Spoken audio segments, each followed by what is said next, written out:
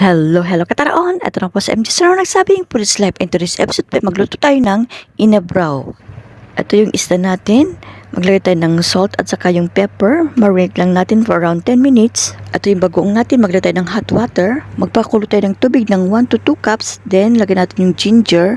Then lagyan natin yung ating bagoong. Ilagyan natin yung ating slice na kamote. Hayaan lang natin till umambot yung ating kamote. Yung mga bula-bula na naka-float sa ating sabaw, tanggalan natin. Pag malambot na yung ating kamote, i-press natin yung kamote para yung ating sabaw ay lumapot. Then, lagyan natin yung kamatis. Hayaan lang natin maluto yung kamatis. Yung habang nagpapakulo tayo ng sabaw, iprito natin yung tilapia natin till maging golden brown both sides. Pag naprito na yung ating tilapia, ilagay natin sa ating sabaw.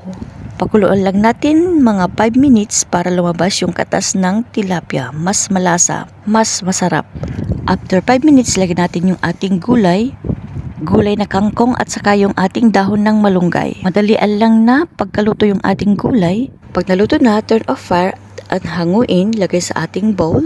Kailap ko simple magluto ng mga Ilocano ng dinengdeng. Kung nagustuhan nyo itong recipe na itong mga kataraon na dinengdeng, please comment, share, and subscribe to my channel. I'm just Sarah, and for more videos to watch. Thank you for watching. God bless you.